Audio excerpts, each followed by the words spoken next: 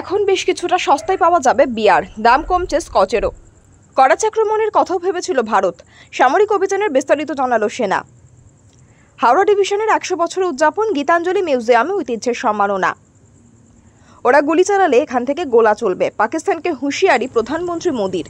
এই গ্রীষ্মে বিয়ার প্রেমীদের জন্য সুখবর আছে। আসলে ব্রিটিশ বিয়ার ব্র্যান্ডগুলি এবং ভারতে আগের তুলনায় অনেক কম দামে পাওয়া যাবে। আসলে এতদিন ব্রিটেনে তৈরি বিয়ারের ওপর 150% পর্যন্ত কর ছিল, যা এখন মুক্ত বাণিজ্য চুক্তির ওপর 75% নামিয়ে আনা হয়েছে।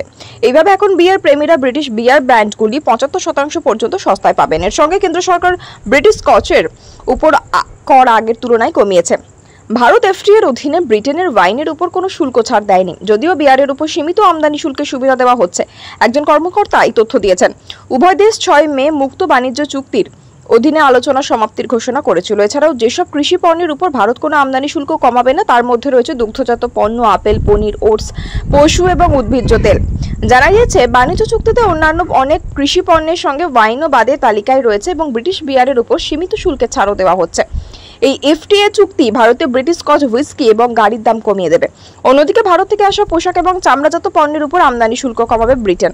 চুক্তি অনুযায়ী ভারত চুক্তির 10ম বছরে ব্রিটিশ হুইস্কির উপর শুল্ক 150% থেকে কমিয়ে 75% এবং আরও 40% নামিয়ে আনবে।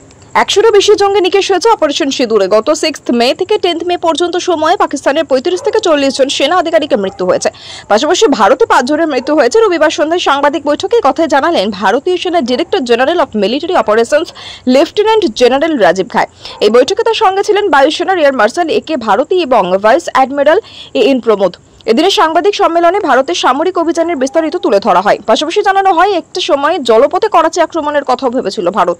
গতকাল সন্ধ্যায় আমেরিকার প্রেসিডেন্ট ট্রাম্পের পোস্টে প্রথম ভারত পাকিস্তান সংঘর্ষ বিরোধী সংক্রান্ত সমঝোতার কথা জানা যায়। এরপর বিদেশ সচিব বিক্রম মিশ্র সাংবাদিকদের মুখোমুখি হয়ে সরকারিভাবে এই ঘোষণা করেন। কয়েক ঘন্টা পরে সমঝোতা লঙ্ঘন করে পাকিস্তান। জম্মু কাশ্মীরের আকাশে ফের দেখা যায় পাক ড্রোন। আজ রাতেও যদি এমনটা হয়, অর্থাৎ পাকিস্তান ফের ড্রোন ক্ষেপণাস্ত্রের সাহায্যে হামলা করলে ভারতও তার জবাব দেবে। লেফটেন্যান্ট জেনারেল রাজীব ঘাই জানান, দেশের চিফ অব ডিফেন্স স্টাফ ভারতীয় সেনাকে প্রত্যাঘাতের অনুমতি দিয়েছেন। ভারতীয় সেনা পাকিস্তানের জঙ্গি ঘাঁটি ও পাক এয়ারবেসে কতটা ক্ষয়ক্ষতি করেছে তার খতিয়ান দেন সেনা আধিকারিকরা। তারা বাহওয়ালপুরের জঙ্গি সংগঠনের সদর কার্যালয় থেকে মুরিদেকে জঙ্গিদের ঘাঁটি গুড়িয়ে দেওয়ার প্রমাণ হিসেবে ছবি দেখায়। ডিজিএমও বলে, 9টি জঙ্গি ঘাঁটিতে 100-এরও বেশি জঙ্গির মৃত্যু হয়েছে। এর মধ্যে ইউসুফ আজহার, আব্দুল মালিক রৌফ এবং মোদাসিং আহমেদের মতো জঙ্গিরাও ছিল।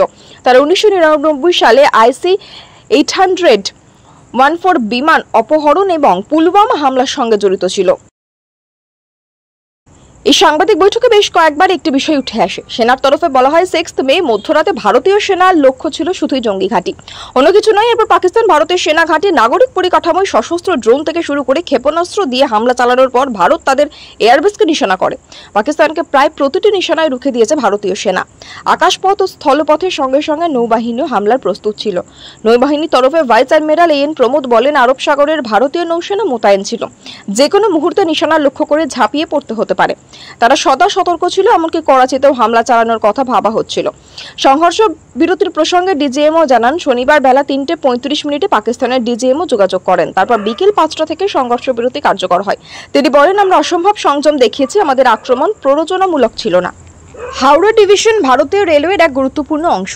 100 বছরের যাত্রা পেরিয়ে আজ এক ঐতিহ্য হয়ে দাঁড়িয়েছে। 1925 সালে প্রতিষ্ঠিত এই ডিভিশন শুধুমাত্র পরিবহন ক্ষেত্রেই নয়, পশ্চিমবঙ্গ এবং পূর্ব ভারতের অর্থনৈতিক ও সাংস্কৃতিক পরিমণ্ডলে গুরুত্বপূর্ণ ভূমিকা পালন করেছে। এরই মধ্যে গীতাঞ্জলি মিউজিয়াম বোলপুরে প্রতিষ্ঠিত একটি প্রতীকী স্থান, যা কবিগুরু রবীন্দ্রনাথ ঠাকুরের অবদানকে সম্মানিত করছে। রবীন্দ্রনাথ ঠাকুরের 150তম জন্মবর্ষে ভারতের রেল মন্ত্রক এই মিউজিয়াম প্রতিষ্ঠা করে। গীতাঞ্জলির নামকরণ করা হয়েছে ঠাকুরের নোবেলজয়ী কাব্যগ্রন্থের নামে, যা 2010 সালে শতবর্ষ পূর্ণ করে। মিউজিয়ামটি স্থাপত্য শান্তিনিকেতনের উত্তরায়ণ কমপ্লেক্সের উদয়ন ভবন দ্বারা অনুপ্রাণিত, যা বোলপুরের সাংস্কৃতিক ঐতিহ্যের সঙ্গে মিলেমিশে যায়। গীতাঞ্জলি মিউজিয়ামের একটি বিশেষ আকর্ষণ হলো সেই রেলগাড়ি, যার মাধ্যমে রবীন্দ্রনাথ কলকাতা যাওয়ার পথে 1941 সালের 25শে আগস্ট তার শেষ যাত্রা করেছিলেন। এই যাত্রাটি মিউজিয়ামের নিচতলায় প্রদর্শিত, যা দর্শকদের জন্য একটি গভীর আবেগপ্রবণ অভিজ্ঞতা তৈরি করে। এছাড়াও মিউজিয়ামটি রবি ঠাকুরের সাহিত্যিক ও দার্শনিক অবদানগুলির একটি বিশাল সংগ্রহস্থল হিসেবে কাজ করে। এখানে তার চিঠিপত্র, অমূল্য ছবি এবং পারিবারিক স্মৃতিচিহ্ন সংগ্রহ করা হয়েছে, যা গবেষকদের জন্য অত্যন্ত মূল্যবান। এই উদযাপনটি প্রমাণ করে যে ভারতীয় রেলওয়ে শুধু অর্থনৈতিক উন্নতি নয়, সাংস্কৃতিক ও বৌদ্ধিক ঐতিহ্যেও অবদান রাখছে।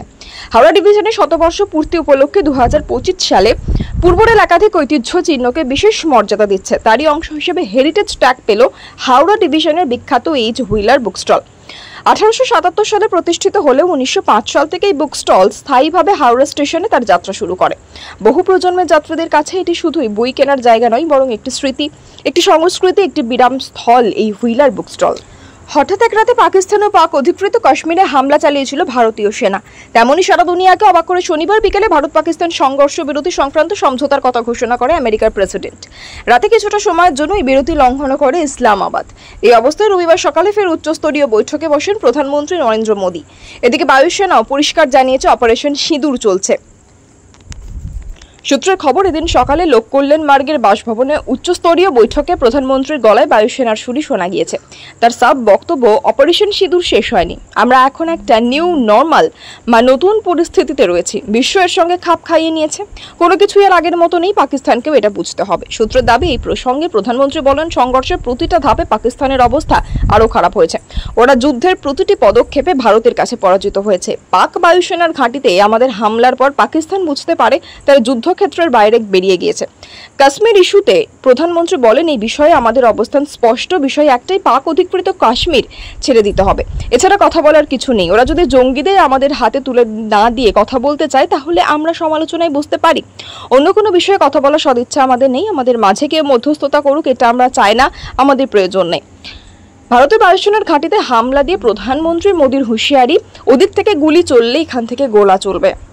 6 মে অপারেশন সিঁদুরে পাকিস্তানের বাওয়ালপুরে জৈশ-ই মোহাম্মদের সদর কার্যালয় ক্ষেপণাস্ত্র হামলা চালায় ভারতীয় সেনা, গুড়িয়ে যায় জৈশ জঙ্গিদের আতুরঘর।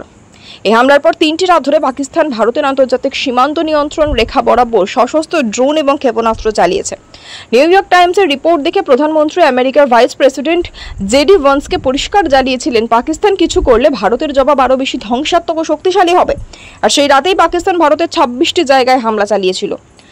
ভারতের মোক্ষম জবাবও দিয়েছিল। তারপরেই এদের এয়ারবেসে হামলা চালানো হয়।